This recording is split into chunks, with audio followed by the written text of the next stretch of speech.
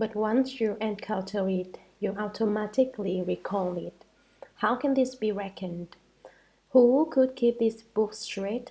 Who keeps track of this?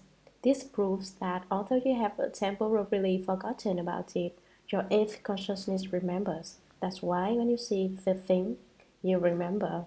There isn't really anyone keeping track. It's naturally stored in the eighth consciousness. Sutra. Ananda. You should know that this state of clarity is not real. It is like rapidly flowing water that appears to be still on the surface. Due to its speed, you cannot perceive the flow, but that does not mean it is not flowing. If this were not the source of thinking, then how could one be subject to false habits? Commentary.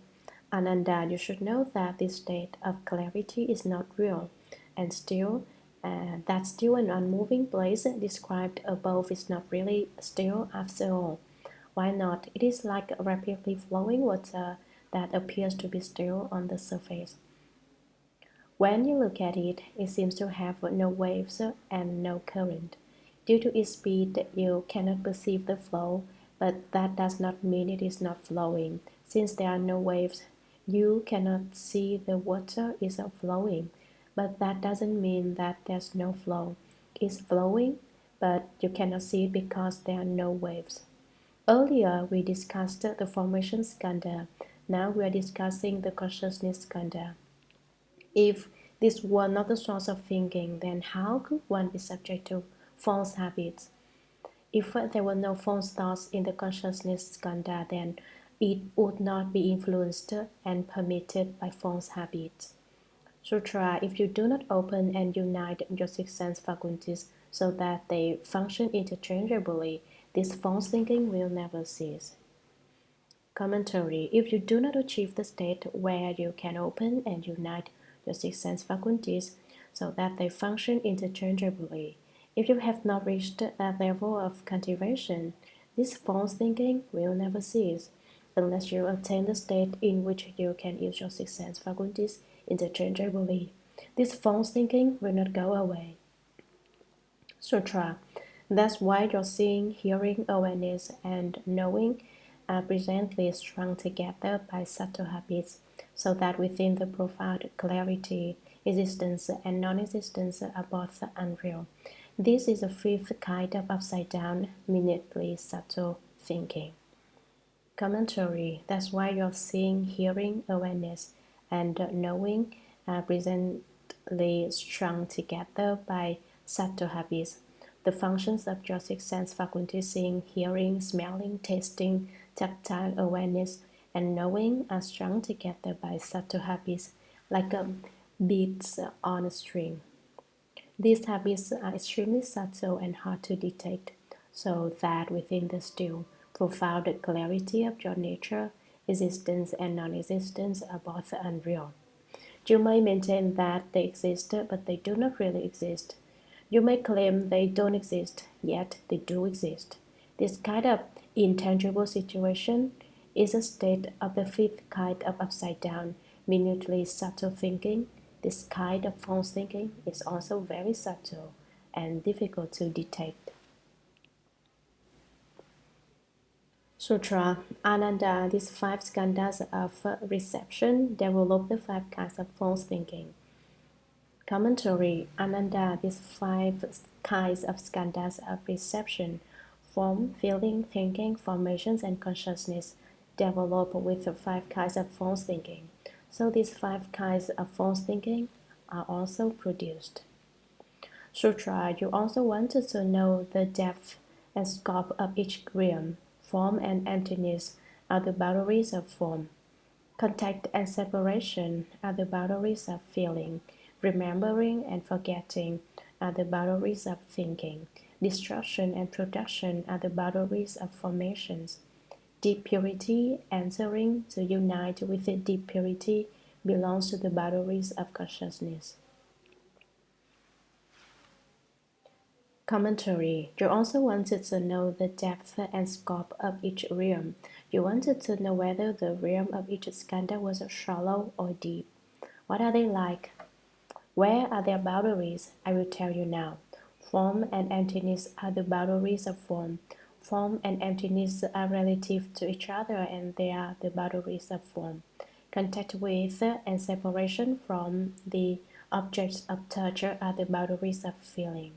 Remembering and forgetting are the boundaries of thinking. Destruction and production are the boundaries of formations. Deep purity, entering to unite with the deep purity, belongs to the boundaries of consciousness. Purity unites with purity, and that forms the realm of the eighth consciousness. Sutra at their source, these five skandhas arise in layers. Their arising is due to consciousness, while their cessation begins with the elimination of form. Commentary. At their source, these five skandhas arise in layers. The five skandhas are produced in layers. There is a mutual cycle and they aid one another. Their arising is due to consciousness, while their cessation begins with the elimination of form. How does cessation happen? Once the form is gone, then the skandhas will become empty. They arise from consciousness, and their cessation begins when form is eliminated. Sutra, you may have a sudden awakening to the principle, at which point they all simultaneously vanish. But in terms of the specifics, they are eliminated not all at once but in sequence. Commentary. You may have sudden awakening to the principle, at which point they all simultaneously vanish. You understand the principle very clearly.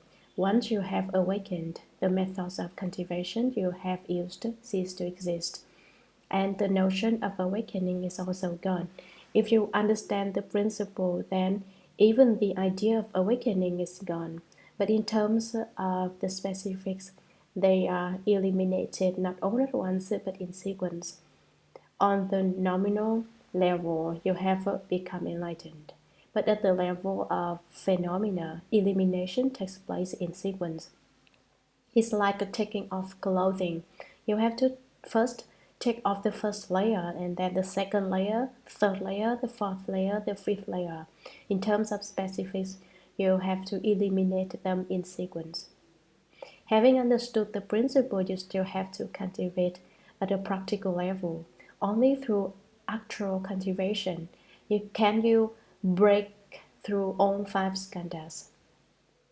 January 1983. Earlier, one of my disciples commented that five layers of clothing is not a very apt analogy for the five skandhas because the Heart Sutra says, he illuminated the five skandhas and saw that they are all empty, and they crossed beyond all suffering and difficulty.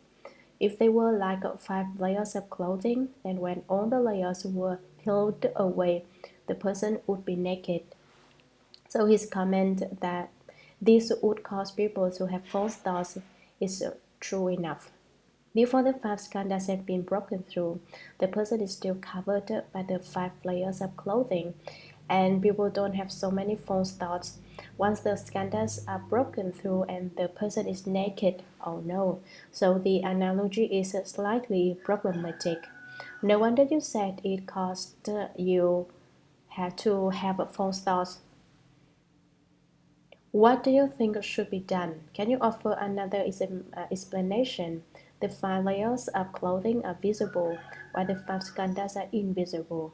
The visible and the invisible are different. The five skandhas are merely a kind of yin energy, and it can also become yang energy. Yin demons can become yang demons. It all depends on whether or not you know how to use them. If you know, then you won't be turned by them, and the state isn't a bad one. If you are greedy for spiritual powers, advantages, or states, then you've been turned by them. The five skandhas, also known as the five yin, are five kinds of yin energy. It's because of the yin energy that you come under demonic possession. Yang energy makes a person a bodhisattva. However, the important thing is to get attached. When you have no attachments, then You wear clothes all day and yet you haven't put on a thread. You eat all day and yet you haven't consumed a grain of rice. You aren't attached to whether you are wearing clothes or not. People who truly cultivate have no attachment to such matters. It's not necessarily a matter of taking off 5 layers of clothing, because what will you do when you're not wearing anything? This is just a very simple analogy that I gave because I was worried that you might not understand. In reality, it's just a mass of energy acting up. This energy can be proper or deviant. Deviant energy means yin energy, and proper energy means yang energy. If you don't know how to use it, then it turns it into a yin demon. If you do know how to use it, then it becomes a yang demon. At this point, you should neither think of good nor think of bad. Don't crave good states and don't be afraid of bad states. When you encounter a state, just act as if it didn't exist. Don't get attached to it. I know that my disciple doesn't want to take off his 5 layers of clothing because he'd feel embarrassed if he did. Sutra, I have already shown you the knots tied in the kapasa cloth. What is it that you do not understand that causes you to ask about it again? Commentary. I have already shown you the knots tied in the kapasa cloth. I tied 6 knots in the cloth. What is it that you do not understand that causes you to ask about it again? Why is it that you still don't understand? Why are you asking me about it all over again? You are belaboring the point. Sutra, you should gain a thorough understanding of the origin of this false thinking and then transmit your understanding to cultivators in the future Dharma Ending Age. Let them recognize this falseness and naturally give rise to deep disdain for it. Let them know of nirvana so that they will not linger in the triple realm. Commentary. Ananda, you should find and gain a thorough understanding of the origin of this false thinking and then transmit your understanding to cultivators in the future ending age. Enable all living beings to thoroughly understand this principle. Transmit this principle to those in the Dharma ending age. Let them recognize this falseness and naturally give rise to deep disdain for it. Cause all those cultivators to know that the falseness of false thinking comes from themselves. Let them clearly understand its source and pattern, so that they become disgusted with it. Let them know of nirvana. When living beings know that they are capable of realizing nirvana, they will not want to linger in the triple realm. They will not wish to remain in the burning house of the 3 realms, the desire realm, the form realm, and the formless realm. There's no peace in the 3 realms. They are like a house on fire. Great Master Lian Chu, Lotus Pond, was an eminent Dharma master in China.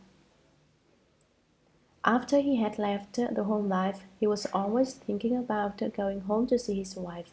He did, in fact, go back again and again to see her. His wife was a very intelligent person, however, and she thought over the situation. Her husband had left home, but he wasn't cultivating.